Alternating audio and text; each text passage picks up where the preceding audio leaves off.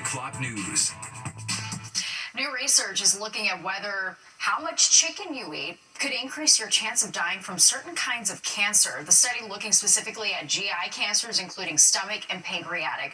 Fox 8's Kendall Green explains. Chicken has long been considered a healthy alternative to red meat, and it still is for certified dietitians like Rachel Lustgarten. It's accessible, it's affordable, it's going to contribute lean protein as well as a lot of micronutrients that are really important. But a new study out of Italy suggests too much chicken could raise your risk of early death and digestive cancer. Researchers from the National Institute of Gastroenterology in Italy tracked nearly 5,000 adults over 19 years and found those who ate about 4 servings of chicken weekly were more than twice as likely to die from gastrointestinal cancer than those who ate less than 1 serving. I wonder if they were cooking it right. It's the first thing I would think of. I think the same. Was it raw in a sense, or parasites probably? Now that couple quickly considered what researchers didn't in the study, and that's failing to factor in how the chicken was prepared before it made its way to your plate. And that key is crucial to the study's validity. Was it fried? Was it cooked at very high temperatures?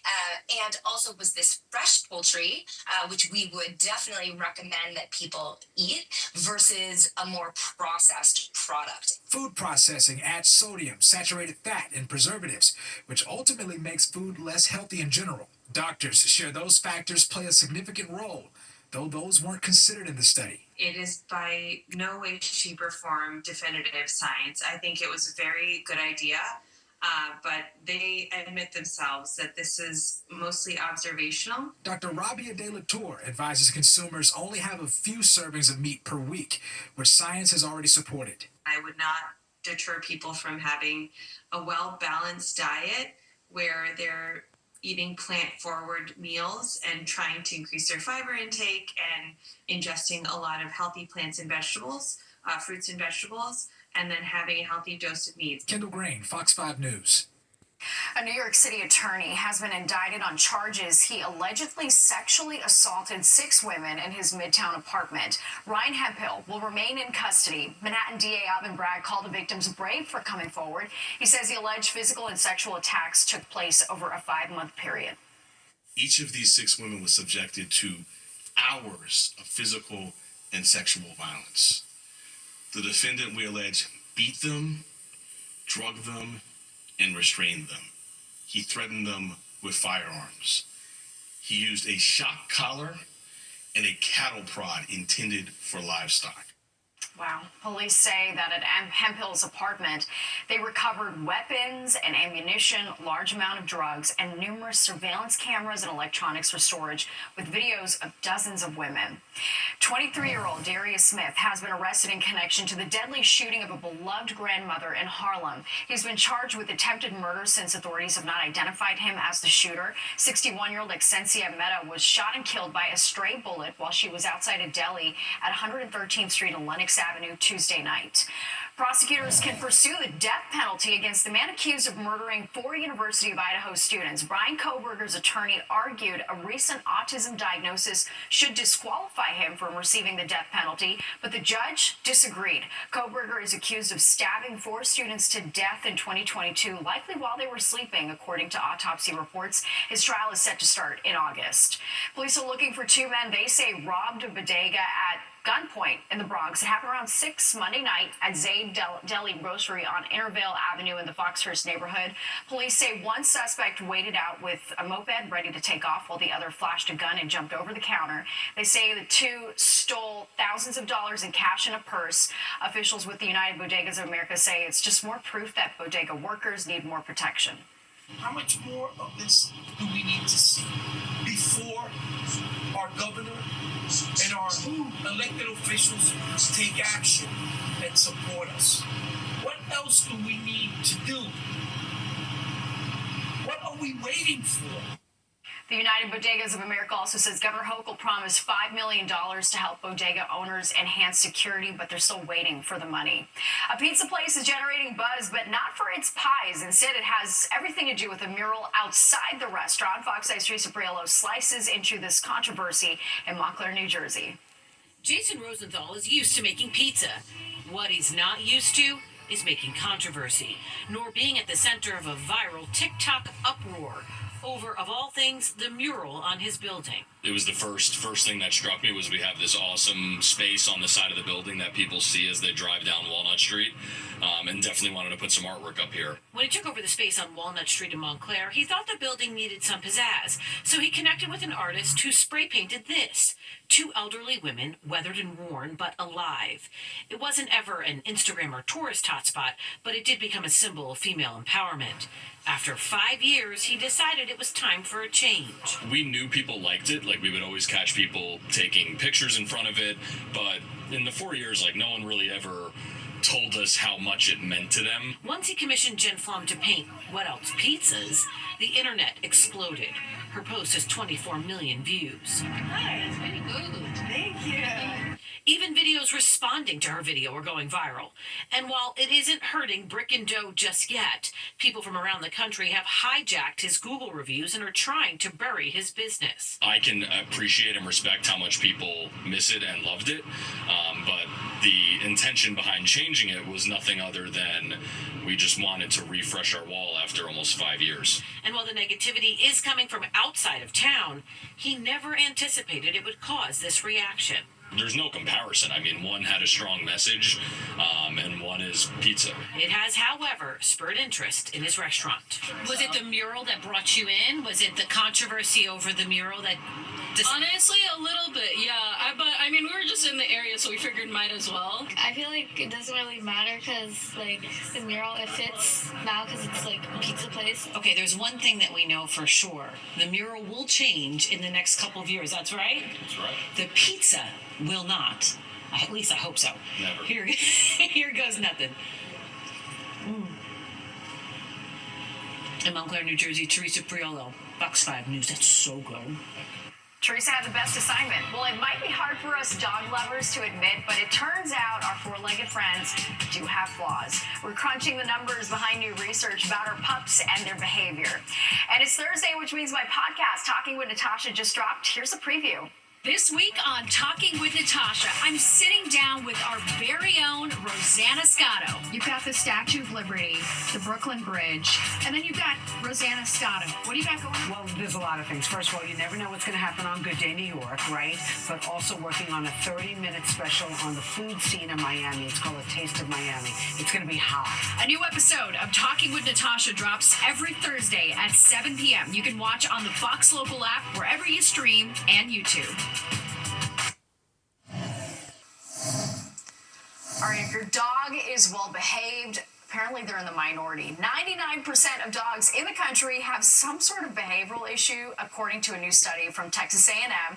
Researchers looked at owners' responses to behavior questions and came to the following conclusions. Were 3 top categories where dogs were having potential problems.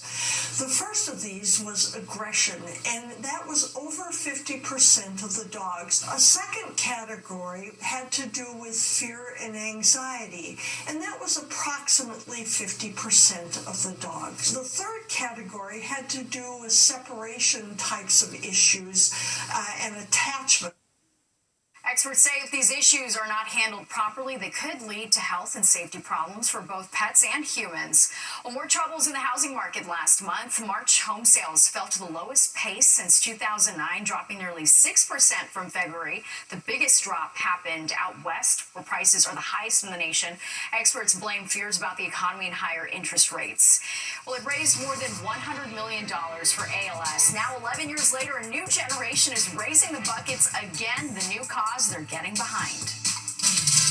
The world mourns the death of Pope Francis. We look back at his trip to New York City in 2015 and revisit other papal visits. Relive or experience for the first time what it was like when the popes came to New York. Watch That Was the News Then. Papal Visits to New York. Now streaming on the free Fox Local app. Available wherever you stream. TMZ! Emily Ratajkowski is tracking the female space mission. Guys, it's for science. They were up 4 minutes. Well, how long does it take to do science? TMZ! Weeknights at 7:30 on Fox. Get this, the Ice Bucket Challenge, which dominated our social media feeds back in 2014. Well, now it's back, but instead of raising awareness for ALS, it's focusing on mental health. Fox 5's Sharon Crowley takes the plunge. You have 24 hours.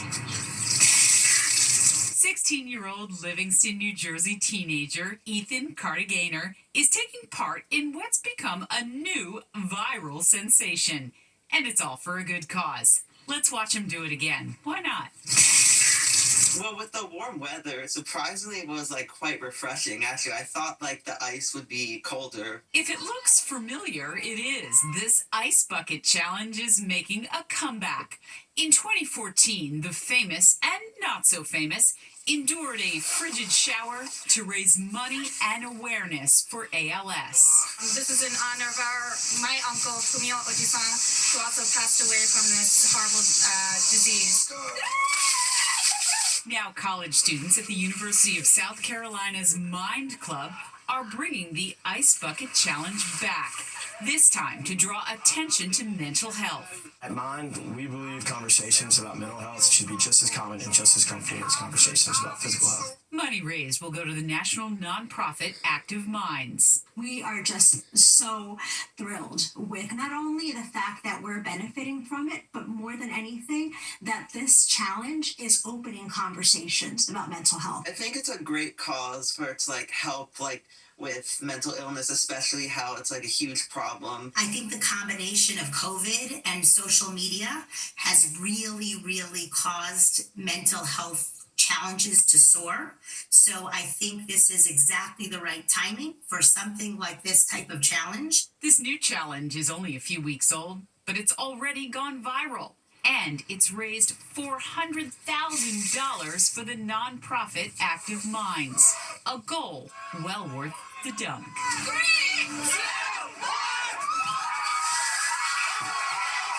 Sharon Crowley, Fox 5 News. Yeah, this is something I could get behind. That was a fun challenge. All right, let's check the weather now with Nick. You did the Ice Bucket Challenge back in the day, didn't you? Back in the day, yes. Yeah. So it's cold. It is cold. But you know what? It's cold for, 5 seconds, 10 seconds, and then it goes away. Then it goes away. And it's pretty refreshing on a day like today. Exactly when you're supposed to do it, but it's nice and mild and warm out there. And we're going to have more warm weather coming up here tomorrow, Natasha. Nice day coming up, as today we got back into the 70s, 77 the high, repeat performance tomorrow, 56 the low, 65-49. That is now average, so we're definitely... There have been just 5 papal visits to New York City ever, from Pope Paul VI to Pope Francis. Each visit brought a message of hope, unity, and peace to the streets of the Big Apple. And now we're revisiting those trips and how Fox 5 covered them all. And it's all streaming for free on Fox Local. Here's a sneak peek.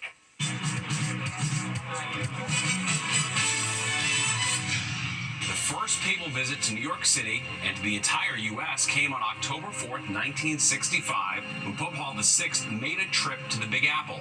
But even though it only lasted 14 hours, it touched the hearts of many.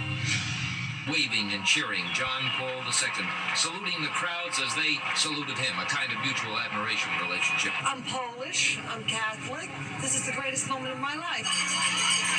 Late this afternoon, an unforgettable moment outside St. Patrick's, the Pope blessing tens of thousands in the vicinity of the great cathedral, and later, here too, people expressing what was in their hearts. Present-day America becoming less sensitive, less caring towards the poor, the weak, the stranger, the needy. It must know.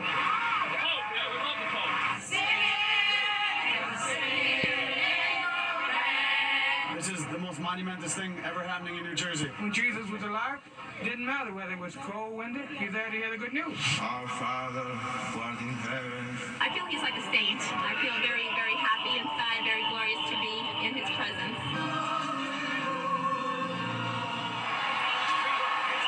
Her first visit with the Pope?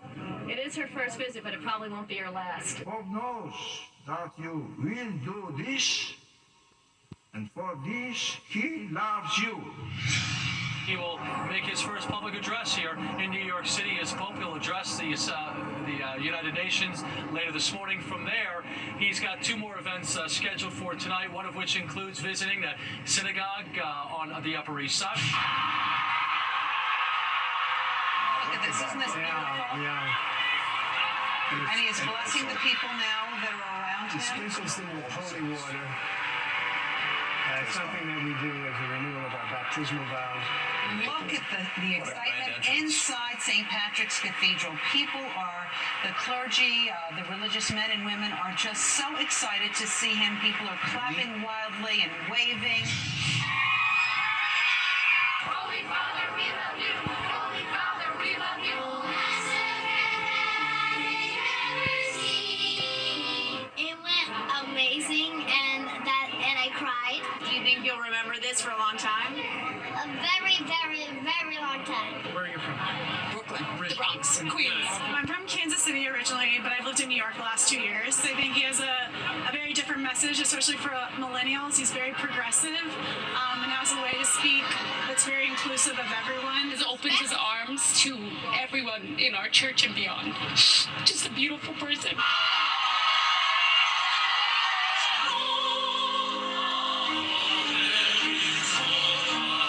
Every single Mass, every single day, we pray for and in union with Francis, our Pope, and now here you are.